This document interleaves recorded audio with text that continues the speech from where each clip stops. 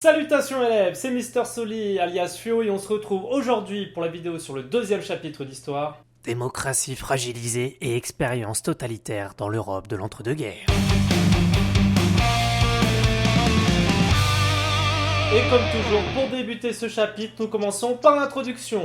Première question, quand? L'entre-deux-guerres, c'est logique. Et donc pour ceux qui n'ont pas compris, entre-deux-guerres, c'est entre la Première Guerre mondiale et la Deuxième Guerre mondiale, c'est-à-dire à peu près de 1919 avec le traité de Versailles jusqu'au début de la guerre en septembre 1939. C'est simple, et pourtant il y en a encore qui sont capables de se tromper. Deuxième chose, c'est ce qu'on appelle le cadrage géographique, c'est-à-dire où?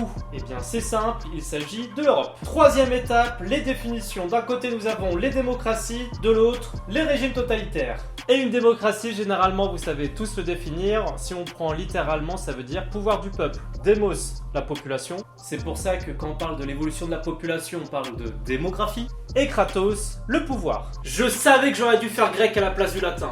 Et pour la définition de régime totalitaire, il faut la prendre par cœur et il y a 3 points extrêmement importants. Premièrement, l'État veut tout contrôler. En gros, l'État, c'est comme ton chat. Tu dois lui obéir, il te surveille constamment et tu n'as aucun échappatoire possible. Deuxième point, l'État veut imposer une idéologie. Non mais tu mets des définitions dans des définitions, comment tu veux que les élèves réussissent? Une idéologie, c'est un ensemble d'idées qui propose une manière d'organiser la société. C'est comme si dans ma dictature, je souhaite lutter contre le dérèglement climatique et que j'organise ma société afin que tout soit écologique. Et donc, première mesure, j'envoie Donald Trump dans un camp de travaux forcés dans la culture du concombre bio, puisqu'entre congénères, on se comprend. Et enfin, dernière chose, ce régime utilise la violence. Bon là, ça se passe d'exemple, vous avez compris. Et ce que nous avions vu lors de la fin du premier chapitre, c'est qu'il y a un courant pacifiste qui se développe. Et ça va être le cas, il y a beaucoup de personnes qui refusent de revoir la guerre. Mais de l'autre côté, nous avons des hommes et des groupes de personnes qui souhaitent déstabiliser ces sociétés pour leur propre profit. C'est donc le moment de faire appel à la sainte problématique. Comment les régimes totalitaires menacent-ils les démocraties dans l'Europe de l'entre-deux-guerres? Et ça va être assez simple pour y répondre. Premièrement, on va s'occuper des expériences totalitaires durant l'entre-deux-guerres. Et puis, deuxièmement, nous allons voir justement ces démocraties face à la montée des périls. Partie 1. Les expériences totalitaires de l'entre-deux-guerres. Et nous allons voir 2 régimes totalitaires dans cette partie. Nous allons commencer avec l'URSS de Staline. Et si tu as déjà oublié la révolution communiste en Russie de 1917, obligation d'aller directement revoir le chapitre 1. Alors c'est simple, en URSS, les communistes imposent le communisme. Le communisme, c'est une idéologie qui repose sur une société sans classe et sur la propriété collective. C'est-à-dire qu'il n'y a plus de différence entre un patron et un ouvrier, tout le monde travaille pour le bien de l'État. En effet, c'est l'État qui contrôle tous les moyens de production et qui doit redistribuer équitablement les richesses produites envers tous les citoyens. Bon ça c'est la théorie parce que dans les faits, Staline le dictateur s'en met plein dans les poches. Staline prend le pouvoir en 1924 suite à la mort de Lénine, il tue ses opposants politiques ou les force à l'exil, bref c'est un véritable génie machiavélique. Staline est seul au pouvoir, il contrôle tout et son objectif c'est de développer le communisme plus rapidement et il va donc passer prioritairement par la collectivisation de l'agriculture. Et la collectivisation c'est assez simple à comprendre, c'est la mise en commun des moyens de production gérés par l'État. Et donc les premières victimes du régime communiste, ce sont ce qu'on appelle les koulaks. Ce sont les paysans riches qui vont se voir exproprier leurs terres, donc les perdre, voire même être assassinés par les communistes. Staline utilise la violence pour gouverner, il va faire appel au NKVD qui est une police politique et qui va avoir comme objectif d'emprisonner, voire d'assassiner les contestataires au régime de Staline. Ils vont les enfermer notamment dans des goulags, qui sont tout simplement des camps de travaux forcés, des camps de concentration, où seront enfermés les opposants du régime communiste. Généralement, tu sors de cette expérience bienveillante en pleine forme, puisqu'après avoir connu 20 ans de goulag en Sibérie, tu deviens tout comme un agneau. En plus de la violence, Staline utilise une propagande, mais aussi un culte de la personnalité. C'est l'ensemble des pratiques visant à convaincre une population de la supériorité d'une personne et montrer également qu'elle est infaillible. Par exemple, dans ma dictature, je ferai croire que je suis aussi agile qu'un raton laveur et aussi rapide que l'éclair, car je descends d'une étoile. Et grâce à ça, je peux aller n'importe où sur mon territoire. Bref, on en a fini avec le régime communiste, qu'on appelle également le régime soviétique, puisque soviet est un mot russe qui veut dire assemblée. Mais avant de passer au deuxième régime totalitaire, il faut d'abord qu'on évoque la situation en Europe de l'Ouest. En effet, une crise économique très importante va déstabiliser les sociétés européennes. Il s'agit de la crise boursière de New York en 1929, qui va réellement perturber les économies européennes. Et plus que les économies, c'est les sociétés qui vont être perturbées, puisque cette crise économique aux États-Unis va se répandre en Europe et va créer énormément de chômage. Par exemple, en 1932, l'Allemagne compte 6 millions de chômeurs. Donc en Allemagne, le diktat du traité de Versailles ainsi que la crise économique de 1929 et donc le nombre de chômeurs record que va connaître l'Allemagne va déstabiliser le pays. Certains Allemands reprochent donc à la République de ne pas être capable de résoudre leurs problèmes et surtout de les avoir trahis en signant le traité de Versailles. Hitler, chef du parti nazi depuis 1921, profite de cet état d'esprit et remporte les élections en 1932. Il devient ainsi chancelier en 1933, devenant ainsi le chef du gouvernement allemand.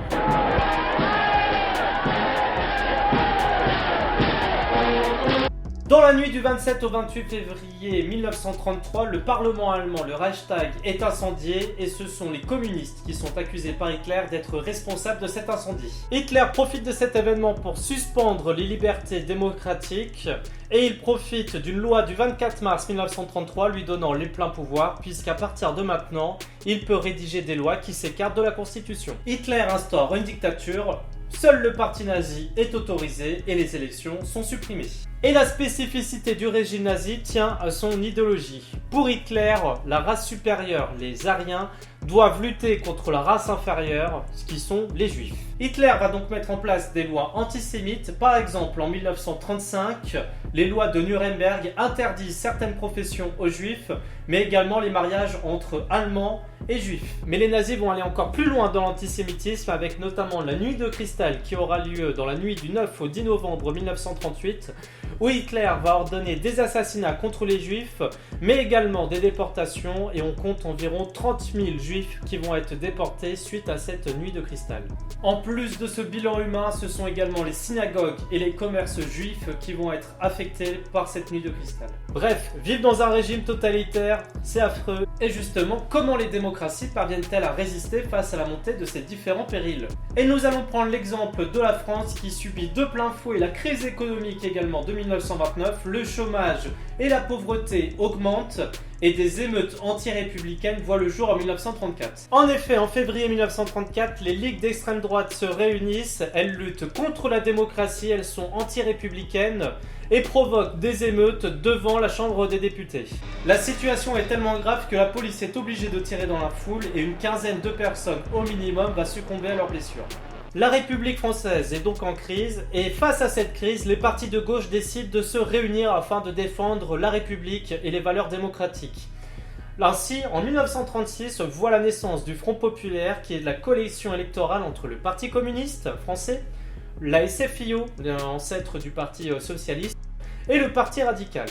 Et c'est un moment historique pour la France puisque le Parti communiste avait toujours refusé de travailler avec d'autres partis politiques, mais cette fois-ci c'est fait, le Front Populaire arrive au pouvoir. Ils investissent Léon Blum comme chef du gouvernement français, c'est-à-dire président du Conseil, et Léon Blum en plus a la particularité d'être juif. La situation en France est donc différente de la situation en Allemagne. De plus, dès juin 1936, le Front Populaire met en place des réformes sociales et économiques extrêmement importantes. Premièrement, la liberté syndicale est restaurée et surtout préservée. C'est-à-dire que si un ouvrier ou un salarié est syndiqué, son patron ne peut plus effectivement l'empêcher ou le punir pour cela. Deuxièmement, les salaires sont augmentés, ce qui va permettre de réduire la pauvreté effectivement de ces travailleurs. Troisième chose, la semaine de travail est fixée à 40 heures hebdomadaires maximum, ce qui permet de réduire de 8 heures le temps de travail, permettant ainsi aux ouvriers, aux salariés et aux travailleurs en général de pouvoir un peu plus profiter de leur famille, des loisirs. Et dernière chose extrêmement importante, généralement c'est ce que vous aimez en tant que travailleur quand vous serez des futurs travailleurs, c'est les 2 semaines de congés payés à cette époque. Première fois qu'effectivement le Front Populaire met en place cette politique, ce qui va permettre à certains ouvriers et à certains travailleurs pour la première fois de leur vie de profiter de certaines vacances. Même si la situation en France s'éclaircit, le problème c'est que le rapport de force entre régime totalitaire et démocratie est plutôt en faveur des régimes totalitaires. En effet, Hitler n'hésite pas à provoquer les démocraties en Europe. Il s'allie à Mussolini du coup, ce qui va devenir son allié italien, et ne vont pas hésiter à prendre part par exemple au conflit en Espagne. En effet, l'Espagne connaît une guerre civile de 1936 à 1939 avec d'un côté les nationalistes commandés par le jeune général Franco qui veut mettre en place un état fort, une dictature, tandis que de l'autre côté ce sont les républicains qui se battent pour maintenir la République et donc défendre les libertés démocratiques. L'Allemagne nazie et l'Italie fasciste ne vont pas hésiter à venir aider Franco dans ce conflit en envoyant des militaires mais également en envoyant des avions par exemple à Guernica, où l'Allemagne va totalement bombarder la ville, ce qui va donner lieu au tableau célèbre de Picasso qui démontre effectivement l'atrocité de ces bombardements. Je vous rappelle que c'est quand même une nouvelle technologie qui vient d'être mise en place ici par l'Allemagne. Tout simplement, Hitler prépare une potentielle guerre mondiale. Et de l'autre, les républicains ne sont pas du tout aidés par les démocraties puisque la France et le Royaume-Uni refusent de reproduire les erreurs d'une première guerre mondiale avec notamment la guerre des alliances et laissent donc les Espagnols à leur propre sort. Mais si les États refusent d'intervenir, ce n'est pas le cas forcément de leur population puisque beaucoup de personnes vont venir s'engager dans les brigades internationales qui vont venir en aide aux républicains puisque leur objectif c'est de maintenir cette république et surtout de lutter contre la propagation du fascisme.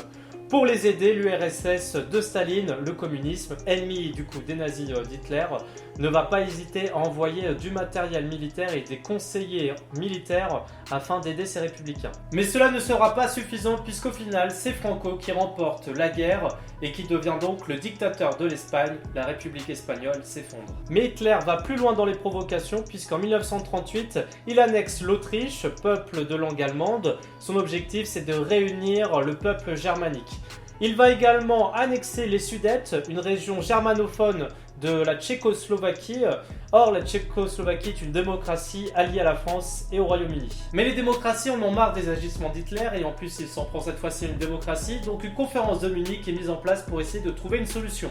D'un côté, Hitler et Mussolini qui sont en faveur de l'annexion des Sudètes par Hitler, Hitler se justifiant comme disant ce sont des Allemands et j'ai besoin d'un espace vital effectivement pour le développement du peuple germanique.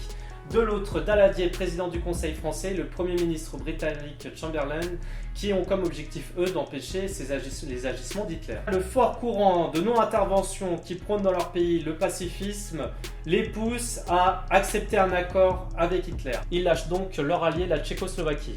De ce fait, Édouard Daladier, le président du Conseil, était convaincu qu'en rentrant en France, il serait hué par la foule du fait qu'il lâchait devant Hitler et qu'il n'a pas osé déclarer une guerre. Mais en fait, c'est tout l'inverse qui se produit. Les Français sont heureux. La guerre a été évitée, la paix est sauvée. En revanche, ce que déclarent les démocraties, c'est que si Hitler s'en prend de nouveau à un autre pays, cette fois-ci, la guerre ne pourra pas être évitée. La France et le Royaume-Uni déclareront la guerre à Hitler. Mais Hitler ne s'arrête pas là puisque dès mars 1939, il prend possession de deux nouvelles régions de la Tchécoslovaquie, la Bohême et la Moravie, sans aucune réaction du côté des démocraties. La militarisation de ces régimes totalitaires ainsi que leurs provocations mettent à mal la paix en Europe. Beaucoup de démocraties vont finir par tomber dans un régime autoritaire. Et pour couronner le tout, la diplomatie française et britannique est un total échec puisque le 23 août 1939, l'URSS de Staline et l'Allemagne nazie d'Hitler signent un pacte de non-agression. L'objectif des Français et des Britanniques de voir Staline attaquer l'Allemagne ou l'inverse est donc totalement anéanti. La suite, ce sera dans le chapitre 3 d'Histoire. Mais d'ici là, on se retrouve la semaine prochaine avec le chapitre 2 de Géographie, puisqu'il faut bien faire de la géographie, c'est une obligation. Et moi, je vous fais plein de bisous et je vous dis à la prochaine. Salutations élèves!